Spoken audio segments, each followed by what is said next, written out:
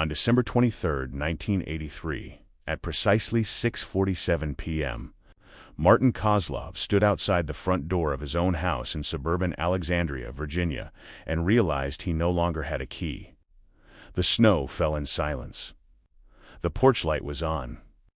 Through the frosted window, he could see the warm glow of Christmas lights wrapped around what looked like the same tree they'd decorated together 3 years ago, before Prague, before the silence, before everything collapsed into the kind of darkness that doesn't have a name in any language. He'd rehearsed this moment 1,000 times during the extraction.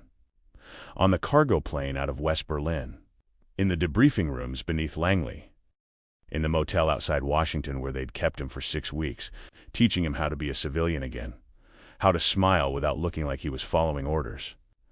But standing here now, with frost forming on his collar and the sound of laughter coming from inside his own home, Martin understood that some missions don't end when you come home. Some missions are just beginning. He raised his hand to knock, then stopped. Through the window he could see his daughter, Sarah, who'd been 9 when he left and was 12 now, setting the table. His wife Catherine moved through the kitchen with the same efficient grace he remembered. Her hair shorter than before, wearing a sweater he'd never seen. And there was a man at the head of the table, sitting in Martin's chair. Laughing at something, Sarah said. Comfortable. Familiar. Belonging. Martin's hand fell to his side. The Cold War wasn't just fought in Berlin or Moscow or the demilitarized zones between ideologies. It was fought in living rooms and at dinner tables, in the spaces between what people were told and what they were allowed to know, in the careful architecture of lies that kept families intact while their fathers disappeared, into the machinery of national security. Martin Kozlov had spent 3 years deep inside Soviet-controlled Czechoslovakia, living under a legend so complete that even he sometimes forgot his real name. He'd been recruited by the CIA in 1978, plucked from his position as a cultural attaché because of his flawless Russian and his grandfather's connections in Prague. They'd told him it would be 18 months, 2 years maximum. They'd told Catherine he was being reassigned to the State Department's Eastern European desk, promoted. Nothing to worry about. The letters he sent home, carefully crafted by agency handlers, described diplomatic functions and policy meetings that never happened. Catherine wrote back about Sarah's piano recitals and the leak in the basement and how she missed him. What Catherine didn't know was that her husband was living in a 2-room apartment in Prague's Vinohrady district, working as a translator for a publishing house that served as a front for Czech intelligence. That he spent his nights photographing documents in dark rooms that smelled like chemicals and fear. That he'd become someone else so completely that Martin Kozlov existed only in the letters he no longer wrote himself. The operation had a name, Nightfall. Its objective was simple and impossible: to identify a mole inside. Western intelligence who was feeding NATO troop movements to the KGB. The suspect was someone with access to the highest levels, someone who'd been operating for years, someone who could only be caught from the inside. Martin became the bait, and the trap, and eventually the evidence. But Prague in the early 1980s was a city of watchers, and watched. The normalization that followed the Prague Spring had created a society where suspicion was currency and silence was survival. Everyone informed on everyone. The secret police, the STB, had files on thousands of citizens, cataloging their movements, their relationships, their private thoughts extracted through intimidation and alcohol, and the careful exploitation of human weakness. Martin lived in this world for 3 years. He learned to move through it like smoke, to be present without being seen, to collect secrets without leaving fingerprints. He befriended a low-level official in the Ministry of Interior who drank too much and talked about NATO documents that should never have reached Prague. He cultivated a relationship with a Czech translator who had access to secure communications. He became invisible in the way only the guilty or the hunted can become invisible, and he found what he was looking for. The mole wasn't in Prague. The mole was in Brussels, a senior NATO analyst named Christian Hoffman, who'd been passing classified intelligence to his Czech handler for 7 years. The evidence was undeniable. Photographs, coded messages, bank transfers through Austrian intermediaries. Martin got the proof out through a dead drop in West Berlin. 3 days later, Hoffman was arrested at his home in Uccle. The mole hunt was over. But Martin couldn't come home. Because the Czechs knew something had gone wrong. They didn't know what, but they knew. Files started disappearing. People Martin had spoken to stopped showing up for work. His apartment was searched, carefully, professionally, in a way that left no evidence, but made it clear they'd been there. The agency pulled him out through a route they called the Chimney. A series of safe houses and border crossings that took 6 weeks and passed through Poland, East Germany, and finally West Berlin. He was debriefed for another month. Every conversation, every contact, every compromise. They told him he'd done exceptional work. They told him he'd prevented classified NATO defense plans from reaching Moscow. They told him he was a hero in a war where heroes don't get medals because medals require explanations. They also told him something else. 3 months after Martin disappeared into Prague, the agency had done what they always did when a deep cover operation extended beyond its timeline. They'd sent Catherine a visitor, a case officer posing as someone from the State Department's Personnel Division. The conversation was brief and bureaucratic. There'd been an incident. Details were classified. Martin's posting had been terminated. He wouldn't be coming back to the cultural attached position. There would be a pension, of course, full benefits. But his current assignment, wherever it was, whatever it involved, required a complete communication blackout. For security reasons, for everyone's safety. Catherine asked when she could expect him home. The case officer gave her the answer they'd prepared. That's not something we can discuss at this time, which in the language of intelligence agencies meant probably never. Catherine had done what anyone would do. She'd waited.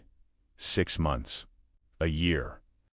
The letters stopped coming because Martin was no longer in a position to maintain his legend, and because the agency couldn't risk continuing a false correspondence that might be intercepted and analyzed. She'd called the State Department 17 times. She'd written to her congressman. She'd hired a lawyer who specialized in federal employment disputes. Every inquiry hit the same wall of polite bureaucratic silence. By the 2nd year, Catherine had accepted what the government would never say explicitly: her husband wasn't coming back. Whether he was dead or reassigned or simply erased from official existence didn't matter. The effect was the same. She was 34 years old with a daughter entering middle school and a mortgage on a house in Alexandria. She had a master's degree in education and a teaching position at a private school that paid enough to cover groceries but not much else. The pension helped, but pensions don't sit across from you at breakfast or hold you when you wake up from nightmares about men who disappear. 18 months ago, while Martin was photographing documents in a Prague basement, Catherine met someone at a faculty dinner. His name was Robert Brennan. He taught history at the same school. He was divorced, kind, patient with Sarah, and most importantly, he was there. The agency knew about Robert. They knew about everything. They had surveillance on Catherine's house, her phone, her mail. Not because they suspected her of anything, but because the wife of a deep-cover officer was a vulnerability that needed monitoring. They knew when Robert first stayed over. They knew when he moved in 6 months later. They knew when he proposed in October. And they knew that telling Catherine the truth now, that Martin was alive, that he'd been alive the whole time, that the 3 years of silence and grief and moving on had been a necessary deception, would compromise not just one operation, but potentially dozens, because Catherine would have questions. And questions led to conversations. And conversations in the suburbs of Alexandria were exactly the kind of thing the KGB paid very good money to hear about. So the agency made a decision. They kept Martin in debriefing for 6 weeks longer than necessary. They ran him through psychological evaluations. They had him meet with specialists who explained, in careful clinical language, what he was about to face. His family had moved on. It was natural. It was expected. It was, in fact, the intended consequence of the cover story they'd built. Martin could re-enter their lives. But it would require explanation, stories, lies built on top of the lies that had already been told. And Catherine would have to choose her husband who'd vanished into the machinery of government service, or the man who'd been there for her when Martin was just a signature on pension paperwork. The agency couldn't force the outcome, but they could suggest one. Sometimes, the psychologist had said, his voice carrying the weight of dozens of similar conversations, the most patriotic thing a man can do is let his family be happy. Martin had sat in that office for 2 hours saying nothing. Now he stood on his own porch, looking at his own family, and understood what the psychologist had meant. Inside, Sarah was laughing at something Robert said. Catherine brought plates to the table, the blue ones they'd gotten as a wedding gift, the ones they only used for special occasions. Robert stood to help her, and their movements had the unconscious choreography of people who'd learned to share space. Martin thought about the last letter he'd written to Sarah, composed by an agency handler he'd never met. It talked about diplomatic functions in Geneva and how much he missed her. It said he'd be home for Christmas. That was 2 years ago. Sarah had stopped asking about him after that. Catherine had packed away his photographs, not thrown out, the agency surveillance noted, but removed from the mantel and placed in a box in the basement. The past tense started appearing in conversations. Your father was very proud of you, this was the real cost of the Cold War. Not the missiles or the proxy conflicts or the nuclear standoffs that made headlines. The real cost was measured in living rooms where families learned to function around absences that had no explanation. In children who grew up not knowing whether to grieve or wait. In wives who had to choose between loyalty to a ghost and companionship with someone real. Martin watched Robert help Catherine carry serving dishes to the table. He looked like a good man, patient, attentive, the kind of person who showed up to piano recitals and helped with homework and remembered anniversaries. The kind of person Martin had been, before Prague, before nightfall, before he became someone whose very existence was classified. The snow continued to fall, accumulating on Martin's shoulders, melting into his coat. His fingers were numb. He should knock. He should announce himself. He'd earned that much, 3 years in a hostile country, living every day with the knowledge that one wrong word could mean arrest, interrogation, a body found in the Vltava River with the kind of wounds that sent messages to other would-be spies. But he didn't knock. Because he'd spent 3 years learning to read situations, to understand the spaces between what people said and what they meant, to see the architecture of lives built on foundations he couldn't see. And what he saw through that window was something he recognized from his time in Prague, a system that functioned precisely because everyone accepted their role in it. The Czech citizens who informed on their neighbors did it not because they were evil, but because they understood that resistance meant destruction. The low-level officials who passed documents to people like Martin did it not because they were brave, but because they'd calculated that collaboration with one system was preferable to annihilation by another. Catherine had collaborated with her own survival. She'd taken the information she was given, husband gone, details classified, no timeline for return, and made the only logical choice. She'd moved forward. Sarah had learned not to ask questions that had no answers. Robert had stepped into a space that was empty and needed filling. And Martin? Martin was the disruption, the variable that didn't fit. The ghost who'd come back to a world that had already adjusted to his absence. Inside the house, they were sitting down for dinner now. Catherine said something that made Sarah laugh. Robert carved what looked like a roast. The Christmas tree lights blinked in slow rhythm, red and green and gold. Martin took a step backward, his boot crunching in fresh snow. The door to his house, his former house, opened. Catherine stood in the doorway, framed by warm light, holding a dish towel. She looked at him for exactly 3 seconds. Her face didn't change. No shock, no joy. Just recognition, followed immediately by something that looked like calculation. "Martin," she said. Not a question, a statement of fact. "Catherine." She glanced back into the house, then stepped outside, closing the door behind her. The temperature was below freezing, and she wore only a thin cardigan, but she didn't seem to notice. "They told me 6 weeks ago," she said quietly. "A woman came to the school. Said you'd be coming home. Asked me not to tell anyone. Not Sarah. Not ... double quotes." She stopped. "They said you'd been on classified assignment, Eastern Europe. They couldn't give details." Martin nodded. Words felt impossible. "They also said it was my choice. Whether you came back into our lives. How we explained it." "What happened next?" Catherine's voice was steady, but her hands were shaking. From cold or emotion, Martin couldn't tell. "They said they'd support whatever decision I made, and Robert? He doesn't know. Nobody knows. I was supposed to figure out how to handle this before you showed up."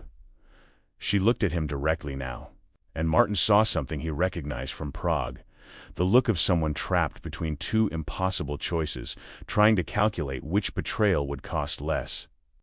"Sarah thinks you're dead," Catherine said. "Not officially, but in her head that's what she's decided." It was easier than not knowing. "Robert has been ... She stopped, recalibrated. "He's been good to us. Patient. He knows about you, obviously. He knows you might come back someday. But Sarah doesn't ask anymore." Inside, Martin could hear someone calling for Catherine. Robert's voice, concerned, but not urgent. "I shouldn't have come to the door," Martin said. "I should have called. Given you time to—" "There's no good way to do this," Catherine interrupted. "I spent 6 weeks playing out scenarios. Every single one ends with someone getting hurt." She pulled the cardigan tighter around herself. "The woman from the agency, she said you were a hero, that you prevented something terrible. That what you did mattered." "It did matter," Martin said, though the words felt hollow. Hoffman's arrest had saved lives. Intelligence that might have reached Moscow never did. NATO defense plans remained secure. In the calculus of the Cold War, nightfall was a success. But standing here, watching his wife shiver in the cold while she calculated how to explain his resurrection to their daughter, Martin understood that the calculus didn't account for this. The spreadsheets of national security didn't have a column for families destroyed by success. "I can leave," Martin said. "I can go back to wherever they're keeping me. You can tell Sarah. Tell her whatever you need to tell her. That I'm still on assignment, that I'm not coming back. Whatever makes this easier." Catherine looked at him for a long moment. Snow collected in her hair, already starting to show gray at the temples. She'd aged in 3 years. They both had. But she'd aged in the real world, with real problems and real people. Martin had aged in a place where reality was negotiable and identity was a tool. "Do you want to leave?" she asked. It was the most important question anyone had asked him in 3 years, and Martin didn't know the answer. What he wanted was to walk through that door and sit at that table and be Sarah's father again. To tell her about the things he'd seen. The beautiful old streets of Prague, the castle on the hill, the astronomical clock that drew crowds every hour. To leave out everything else. To pretend the last 3 years had been exactly what the letter said. Diplomatic work, cultural exchange, boring meetings in boring offices. But he'd spent 3 years becoming someone else. And you don't spend 3 years living inside a legend without some of it becoming real.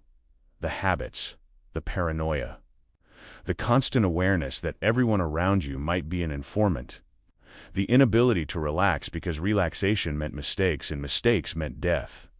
He'd survived Prague by never being fully present, never fully trusting, never fully himself. Could he turn that off? Could he sit at a dinner table and talk about homework and Christmas plans without constantly checking exit routes and evaluating threats and wondering if the neighbor's questions were innocent or deliberate? The agency psychologist had asked him the same thing. "You've been operating in hostile territory for 3 years. Your neural pathways have adapted. Your threat assessment system is permanently recalibrated. These aren't things that disappear because you're back in Virginia." Martin looked through the window again. Sarah was serving herself mashed potatoes. Robert was saying something that made the Catherine inside smile. They looked like a family. and Martin looked like exactly what he was, an operative who'd come in from the cold and discovered that the cold had followed him home. "I don't know what I want," Martin admitted. "I spent 3 years wanting to come home. But this isn't the home I left." "No," Catherine agreed. "It isn't." A car passed on the street behind them, its headlights cutting through the falling snow. Both of them tensed, Martin automatically checking the make and model, Catherine just reacting to his reaction. "You're not the same either," she said quietly. "I can see it. Whatever they had you doing, it changed you. Yes. Can you tell me?" "No." She nodded, as if she'd expected that answer. The woman from the agency said most of it would stay classified. She said you'd done things that saved lives, but that you'd never be able to talk about it. She said that was the burden you'd carry. That's accurate. She also said some men come back from that kind of work, and they're okay. And some men don't come back at all, even when they're physically standing in front of you. Martin said nothing. Catherine wrapped her arms around herself, shivering openly now. "I need to go inside. Sarah's going to wonder where I am. Robert's going to ... double quotes." She stopped. "I need time to figure this out. We need time. How much time?" "I don't know. Days. Weeks. I need to talk to Sarah first. Prepare her. And I need to ... She looked back at the door. "I need to be fair to everyone, including you. I understand. Do you have somewhere to stay?" "The agency has me in a hotel, near Tyson's Corner." "Of course they do." Catherine's voice carried a note of bitterness Martin hadn't heard before. "They think of everything except the part that actually matters." She started toward the door, then stopped. "Martin, I need to ask you something, and I need you to be honest. Okay. If you could go back, if you could choose not to take that assignment, would you?" Martin thought about Hoffman, about the NATO intelligence that never reached Moscow, about the operations that weren't compromised, the lives that weren't lost, about the calculus that said his sacrifice mattered in the great invisible war between two empires. Then he thought about Sarah, age 9, asking when Daddy would be home for her birthday. "I don't know," he said. Catherine looked at him sadly. "That's what I was afraid of." She went inside. Through the window, Martin watched her return to the table, watched Robert stand with concern, watched her wave off his questions with a practiced smile. Sarah never looked up from her plate. Martin stood there for another minute, snow accumulating on his shoulders, turning him into something that looked like it belonged in a cemetery rather than a suburb. Then he turned and walked back to his rental car, a government sedan with diplomatic plates that marked him as clearly as if he'd worn his agency credentials on his chest. He sat behind the wheel, engine off, watching the house. The Christmas lights blinked. The family inside ate dinner. The world continued as if he'd never left, as if he'd never returned. Martin understood, finally, what the Cold War really meant. It meant that some men were asked to vanish. And when they came back, if they came back, they discovered they'd vanished permanently. Not from the world, but from the small, intimate spaces where they'd once mattered. The war didn't need to kill you to make you disappear. It just needed to make everyone else learn to live without you. And once they learned that lesson, there was no unlearning it. Martin started the engine. He didn't know where he was going. The hotel, probably. Or maybe just driving through the suburban streets of Alexandria past the other houses with their other families. All of them secure in the knowledge that the people at their tables belonged there. But he couldn't stop looking in the rearview mirror. At the house that used to be his. At the life that used to be his. At the space in the world that used to be his, now filled by someone else, functioning perfectly without him. The Cold War was over for Christian Hoffman. He'd be tried, convicted, imprisoned. His story had an ending. But for Martin Kozlov, the war was just beginning. The war of coming home and discovering that home was the most hostile territory of all. Martin drove. Not back to the hotel in Tyson's Corner, but east, toward the Potomac. The roads were empty except for the occasional car heading somewhere with purpose. Holiday parties, family gatherings, places where people belonged. He ended up at Gravelly Point, the park north of Reagan National Airport, where planes descended so low you could see passengers through the windows. He parked facing the river, engine running, heat on. Across the water, Washington's monuments glowed against the dark sky. The city looked peaceful from this distance, orderly. A capital built on the principle that democracy required transparency, accountability, the consent of the governed. Martin had spent 3 years in a city built on the opposite principle, where the state required opacity, unaccountability, the silence of the governed. Where monuments celebrated revolution, but the revolution had calcified into bureaucracy and surveillance, and the kind of fear that made people whisper even in their own homes. He'd hated Prague, and he'd understood it. Because systems of control made sense once you were inside them. Everyone had their role. Everyone knew the consequences of stepping outside that role. There was clarity in that. A terrible clarity, but clarity nonetheless. What Martin couldn't understand was this, the American version, where control was invisible, dressed up as choice, where Catherine was told she could decide whether her husband came back into her life, as if that were a real choice rather than just another form of coercion, where Sarah was allowed to believe her father was dead because explaining the truth would compromise operations that she'd never hear about. The Soviets were honest about their dishonesty. They told you the state came first, and you lived accordingly. But America told you that family came first, that individual lives mattered, that freedom meant something, and then asked men like Martin to sacrifice all of it for reasons that would never be declassified. A plane descended overhead, so close Martin could feel the vibration through the car's frame. He watched it touch down on the runway across the river, wheels kissing asphalt. Another arrival completed. His phone rang. The government issued one they'd given him after the debriefing. Only 3 people had the number. Kozlov, it's Davidson. The voice belonged to his handler at Langley, a career officer who'd run the Prague operation from a desk in Virginia.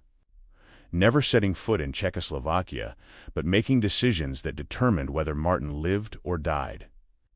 We got a call from surveillance. Catherine made contact. She was expecting me.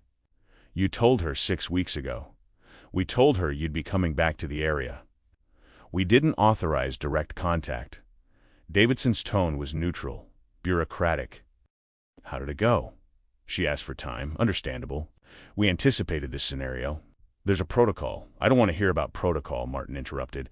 I spent 3 years following protocol. Protocol got me a family that doesn't know whether to bury me or welcome me home.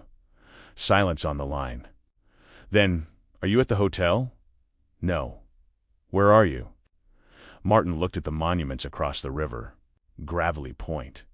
That's not a secure location for this conversation. There's nothing secure about any of this. Another silence. When Davidson spoke again, his voice had shifted, not warmer exactly, but more human. The difference between a handler reading from a playbook and a man who'd watched too many operations end this way. Martin, I know this is difficult. I know what we're asking isn't fair. But you need to understand the larger picture. Hoffman's arrest triggered a review of every operation he had access to. We've identified 3 other potential compromises, 2 in West Germany, 1 in Turkey. We need time to clean this up before anyone starts asking questions about how we caught him, and my family is part of the cleanup. Your family is part of the security architecture that made the operation possible. Catherine's ignorance wasn't accidental. It was designed. If she'd known where you really were, if she'd had contact information, if there'd been any thread connecting her to Prague, the KGB would have found it. They're good at what they do. They would have applied pressure. Used her as leverage. So instead, you made her think I was dead. We made her think you were gone. There's a difference. Not to her. No, Davidson admitted. Probably not to her. Martin watched another plane descend. Inside were people going home for Christmas. People whose families were expecting them. People whose absence had expiration dates measured in hours, not years. The psychologist said some men don't come back, Martin said. Even when they're standing right in front of you. The psychologist is right. I've seen it happen. Good men, successful operations. They come home and ... double quotes, Davidson trailed off. The work changes you. Living under a legend, maintaining cover every second of every day, never relaxing because relaxation means mistakes, it rewires something fundamental. Some guys adjust, some don't. Which kind am I? I don't know yet. Neither do you. That was true. Martin had passed all the psychological evaluations. He'd convinced the agency doctors that he was fit for reintegration. But he'd been trained to lie convincingly. It's what made him good at the job. And now he wasn't sure if he'd lied to them or to himself. There's something else, Davidson said.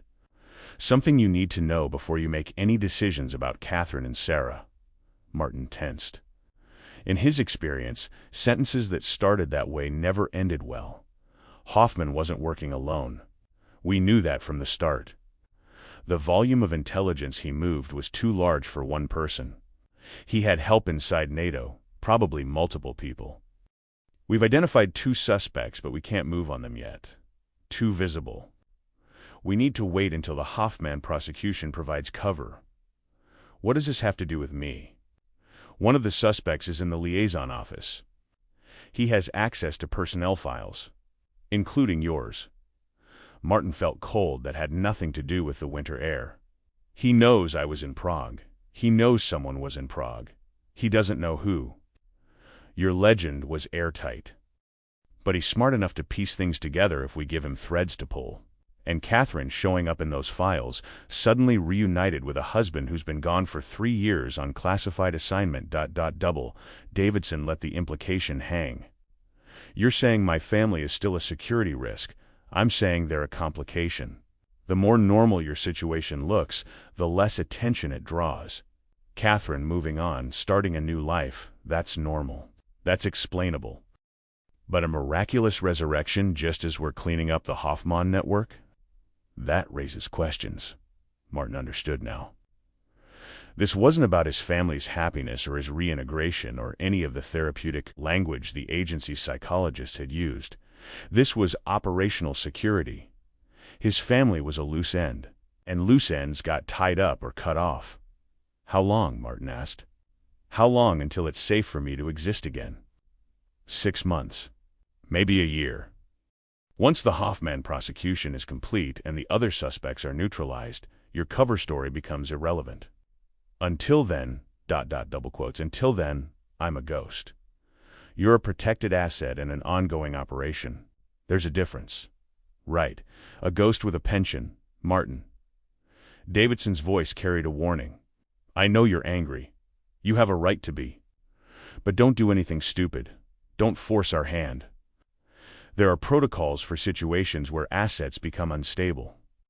It wasn't quite a threat, but it was close enough. I'm not unstable, Martin said. I'm just tired. Then go back to the hotel. Get some sleep. Tomorrow we'll set up a meeting with a psychologist. Work through this properly. Martin ended the call without responding. He sat in the car for another hour watching planes land, trying to figure out what properly meant in a situation where nothing was proper to begin with. The truth was simple and terrible. He was still operational. The mission hadn't ended in Prague. It had just moved to Virginia. And now the objective was different. Instead of gathering intelligence, he was supposed to disappear into the background of his own life. To become invisible in the most visible way possible. To let his family move on while he waited in the wings like an understudy who might never go on stage. 6 months. Maybe a year. Sarah would be 13 by then. She'd be in 8th grade. The age where kids start figuring out who they are, building identities that don't depend on their parents. By the time he was allowed to reappear, she might not even want him to. And Catherine? She'd have to choose. Again. Except this time the choice would be even harder because Robert would be more integrated, more essential. A year from now they might be married. There might be legal complications. Emotional commitments that couldn't be unwound without damage. The agency was counting on that. They were counting on time to do what they couldn't do directly, remove Martin from the equation without actually removing him. It was elegant, really. Very CIA. Create conditions where the target eliminates himself. Martin started the car and drove back toward the hotel. Not because Davidson had told him to, but because he didn't know where else to go. The hotel was in a corporate park off Route 7, indistinguishable from a dozen others in the area. Extended stay accommodations for consultants and contractors and people whose work kept them away from home for months at a time. The room had a kitchenette he never used, and a desk where agency documents occasionally appeared, delivered by couriers who never made eye contact. He let himself in, turned on one lamp, sat on the bed. The room was identical to the one he'd lived in during debriefing. The agency had a contract with the hotel chain.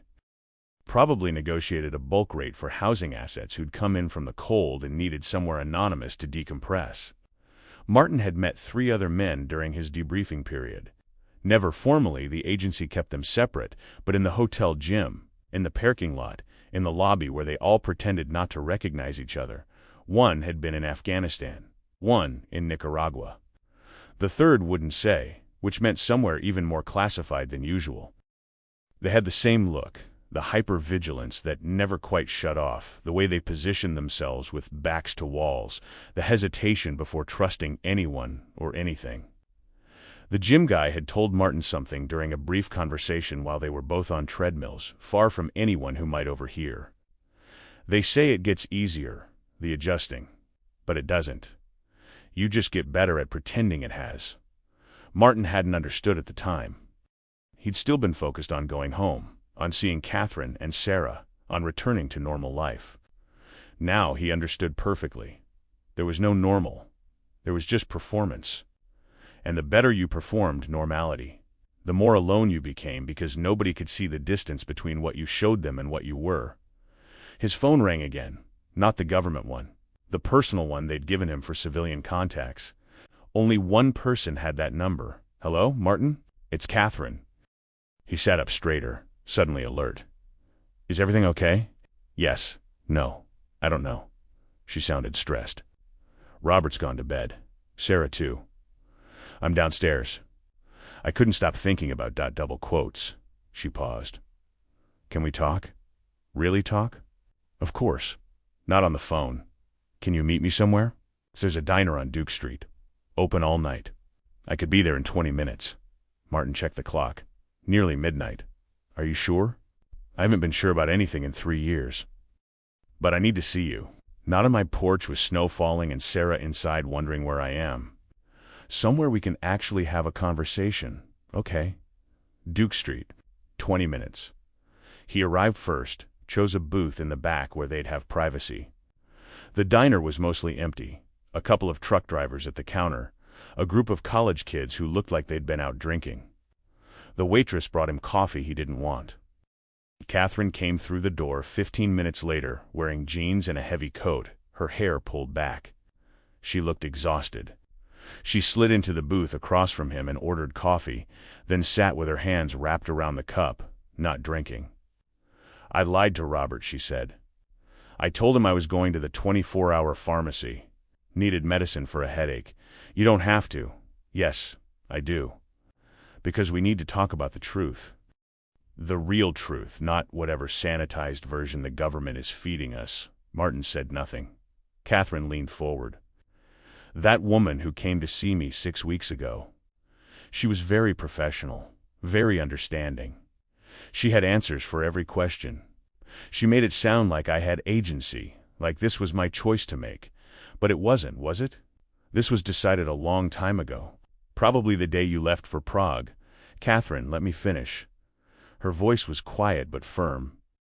I spent 3 years thinking you were dead. Not officially dead, but dead in the way that matters. Gone, never coming back. And I did what people do. I grieved. I moved forward. I let Sarah have a chance at a normal childhood instead of waiting forever for a father who might never return. Was I supposed to put our lives on hold indefinitely? Was that the patriotic thing to do? No, Martin said. You did exactly what you should have done. Then why does it feel like I betrayed you? Because the situation is designed to make someone feel like they've failed. That's how this works. The agency needs deniability. They need every outcome to look like individual choice rather than institutional coercion. If you'd waited, they'd have supported that.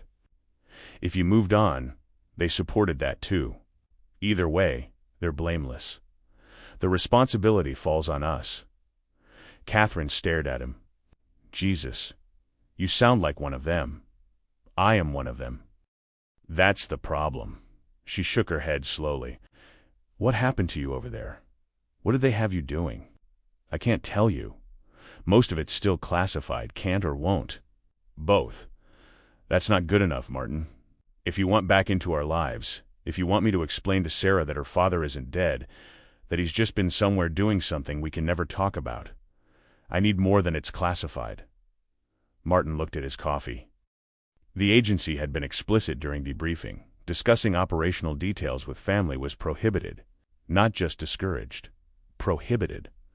Violation could result in termination of benefits, potential prosecution under the Espionage Act, but Catherine deserved something, some explanation, some reason. I was in Czechoslovakia, he said quietly. Prague, mostly. I worked in a publishing house that was a front. I gathered intelligence on Soviet activity in Eastern Europe. I identified a mole in NATO. The operation was successful. People are safer because of what I did. That's all I can say. 3 years, Catherine said. 3 years for one operation. Deep cover operations take time. You can't rush the development of sources. Trust has to be built. Cover has to be maintained. And letters, phone calls, any contact at all? Too risky. If the Czechs had any indication I was communicating with the U.S., it would have compromised everything. Catherine absorbed this. So for 3 years, you were someone else completely. Yes. Different name? Different identity? Yes. Did you have a family there? A cover family? Martin hesitated. This was operational detail he absolutely shouldn't share. But the question in Catherine's eyes demanded honesty. No family. Just a legend. A backstory. I was a translator who'd moved from Moscow. No wife, no children. Made it easier to explain why I kept to myself. Easier, Catherine repeated. That's the word you use, easier. Catherine, do you have any idea what it was like here? Sarah asking every day when you'd call. Me explaining that Daddy's job was very important and he couldn't always stay in touch. Making excuses until the excuses stopped making sense, and then the letters stopped. Just stopped. And I had to figure out whether to tell a 9-year-old that her father was probably dead or keep lying to her about diplomatic assignments that clearly didn't exist. Her voice was rising. The waitress glanced over from the counter. Martin kept his voice low. I know what I put you through. I know what I asked you to sacrifice. If I could go back, but you can't. None of us can. And now you're here, sitting across from me like a stranger, and I'm supposed to figure out how to explain this to Sarah. Remember, Daddy? He's not dead. He was just in Czechoslovakia doing spy things. But don't tell anyone because it's classified. You don't have to tell her anything. Not yet. Davidson said we should wait. Catherine's expression hardened. Davidson? That's your handler? Yes. And he's advising us on family decisions now? He gets a vote on when my daughter learns her father is alive? It's not about votes. It's about operational security. There are ongoing concerns related to the work I did. If the wrong people find out I'm back, then what? They come after us? After Sarah? Catherine's face had gone pale. Are we in danger? No, not physical danger. But there are intelligence concerns. People who might want to know what I know. Standard counterintelligence measures. Standard, Catherine said flatly. There's nothing standard about any of this. She was right. But Martin didn't know how to admit that without admitting everything, that the agency had sacrificed his family for operational convenience. That he'd agreed to it. That he'd done it willingly because he believed the mission mattered more than Christmas. Mornings and birthday parties and all the small accumulated moments that made a life. I thought it would be worth it, Martin said quietly. I thought if I could prevent even one Soviet operation, one intelligence leak, one compromise that might cost American lives, it would justify the sacrifice. Your sacrifice. Sarah's. Mine. And was it worth it? Martin thought about Hoffman. About the NATO intelligence that never reached Moscow.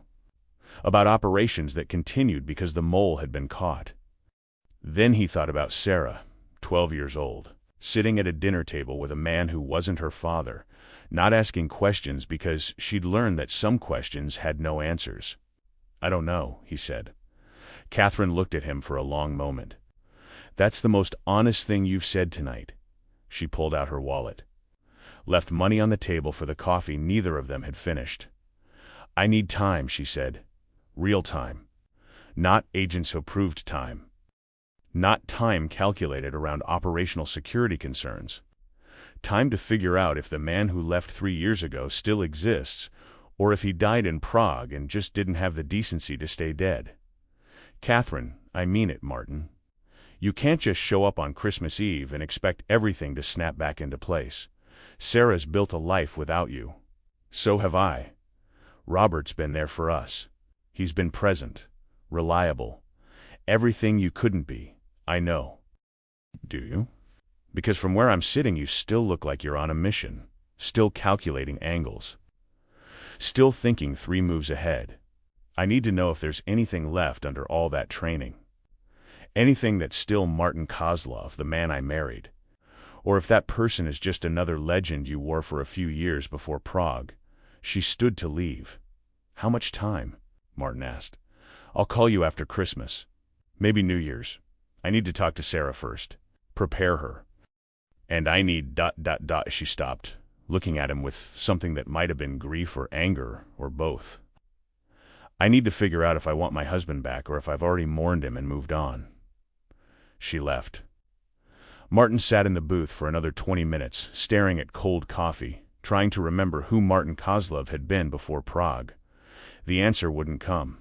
That man felt as fictional as the Moscow translator he'd pretended to be. Another cover story. Another performance. Maybe Catherine was right. Maybe Martin Kozlov had died in Prague and what came home was just an operative without a mission, looking for purpose in a life that had learned to function without him. He paid the check and walked out into the cold. Snow had started again. The street was empty. The city was sleeping. Martin got in his car and drove. Not back to the hotel. East again, toward the Potomac, but this time across the bridge into Washington. Past the monuments that glowed with their promise of democracy and freedom and truth. He parked near the Lincoln Memorial, walked up the steps, stood beneath the marble gaze of a president who'd held a country together through Civil War. Lincoln's second inaugural was carved into the north wall, with malice toward none. With charity for all. Martin wondered if that applied to men who'd given up their families for classified operations. If charity extended to ghosts who came back from the cold and found they no longer fit in the warm spaces they'd left behind, a security guard approached, professional but polite. "Memorial closes at midnight, sir." Martin checked his watch. 12:47 a.m., December 24th now. Christmas Eve, of course. "I'm leaving." He walked back to his car, sat behind the wheel. The government phone rang. Davidson's voice was clipped. "Surveillance reported Catherine meeting you at a diner." "What was discussed?" "Family matters." "Martin, I need specifics." "What did you tell her?" "Nothing operational. Just that I was in Prague. That the mission is complete." "Did you mention Hoffman?" "No." "The ongoing investigation?" "No." "Good. We need to maintain information compartmentalization. Catherine's not cleared for... She's not cleared to know why her husband disappeared for 3 years. I get it." Silence. Then, "Are you all right?" It was almost funny. The handler who'd run him through 3 years of deep cover, who'd made decisions that controlled every aspect of his life in Prague, was now asking if he was all right. "I'm fine," Martin lied. "You don't sound fine. What do you want from me, Davidson? You want me to say I'm adjusting well? That reintegration is proceeding smoothly? That my family is thrilled to have me back? I want you to stay stable until we can properly debrief this situation. 6 months, Martin. That's all we're asking. 6 months until the security concerns are resolved and you can resume normal life. There's no normal life to resume, that's what I'm trying to tell you. It doesn't exist anymore. Then build a new one. That's what training is for. Adaptation, resilience." Martin almost laughed. They'd trained him to survive hostile interrogation, to maintain cover under pressure, to function in environments where every interaction might be a trap. But they hadn't trained him for this, for sitting in a car on Christmas Eve, shut out of his own home while his handler talked about adaptation as if family was just another operational challenge to be solved with the right techniques. "I'm going back to the hotel," Martin said. "Good. Get some sleep. Tomorrow will." Martin ended the call. He drove through empty streets, past houses with Christmas lights, past families he couldn't see but knew were there, people who belonged to each other in uncomplicated ways, whose sacrifices were measured in wrapped presents and too much food and the small negotiations of shared space. The hotel was dark except for the lobby. Martin let himself into his room, identical to every other room he'd stayed in during the past few months. Anonymous. Temporary. A space designed for people in transition.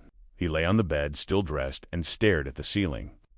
In Prague, he'd dreamed about this moment, the reunion, coming home. Seeing Sarah's face when she realized Daddy was back. Holding Catherine again.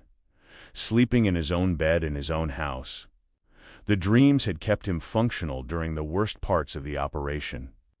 When the STB was watching his apartment, when a source disappeared and Martin didn't know if they'd been arrested or had simply gotten scared. When the loneliness of deep cover became so intense that he had to remind himself his real name, his real life, because the legend was threatening to become the only reality.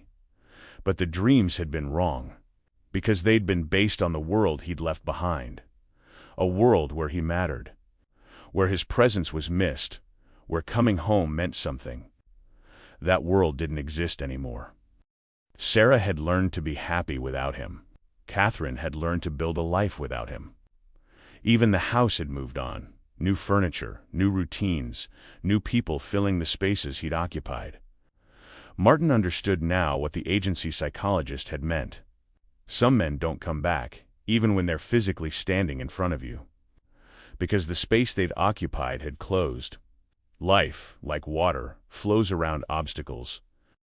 And when the obstacle is removed, the water doesn't suddenly reverse course and acknowledge the absence. It just keeps flowing.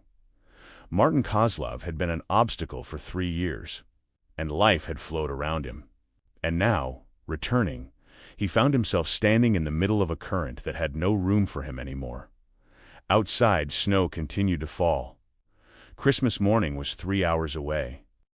Somewhere, Sarah was asleep, probably dreaming about presents and vacation from school and the normal concerns of a 12-year-old whose biggest worry was homework or friends or whatever occupied kids that age. She wasn't dreaming about her father, because her father was a memory she'd already processed and filed away. Not dead, but not present either. Just gone. And Martin realized something that made his chest feel hollow. That might be the kindest outcome. Because what was the alternative? Forcing his way back into her life?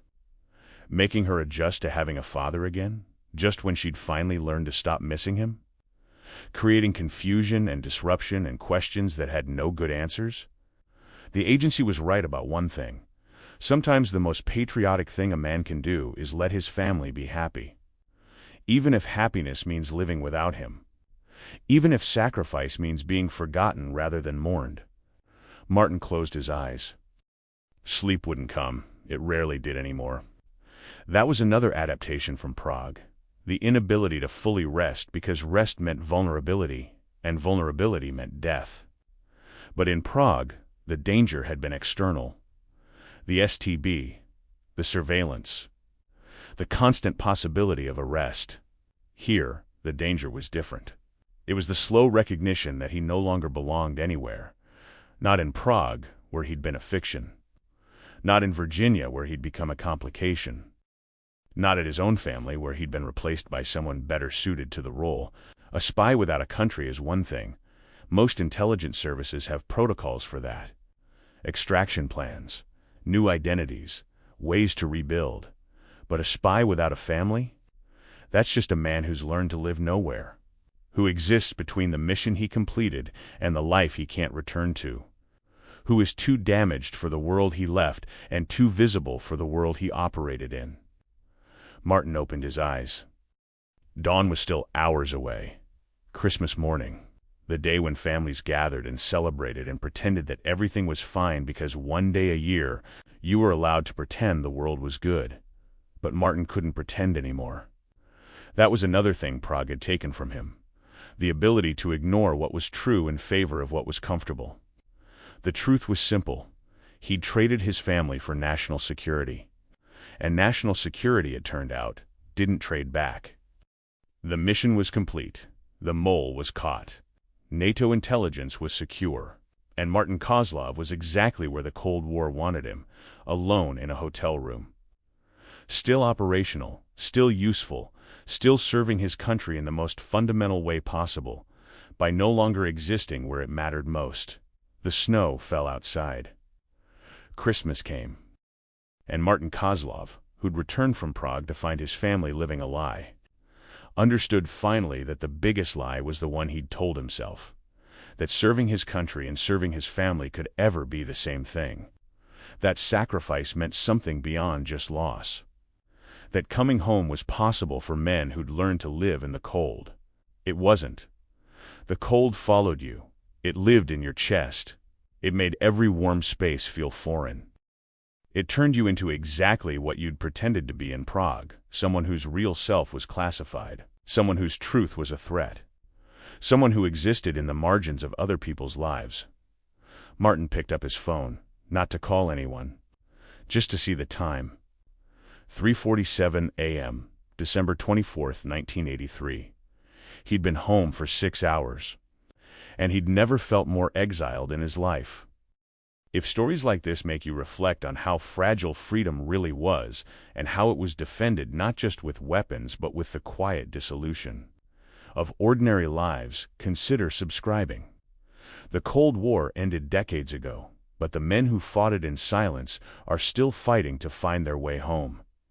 There are many more stories that should never be forgotten, not because they're heroic, but because they're true. And truth in the end is the only thing worth protecting, even when protecting it costs everything else.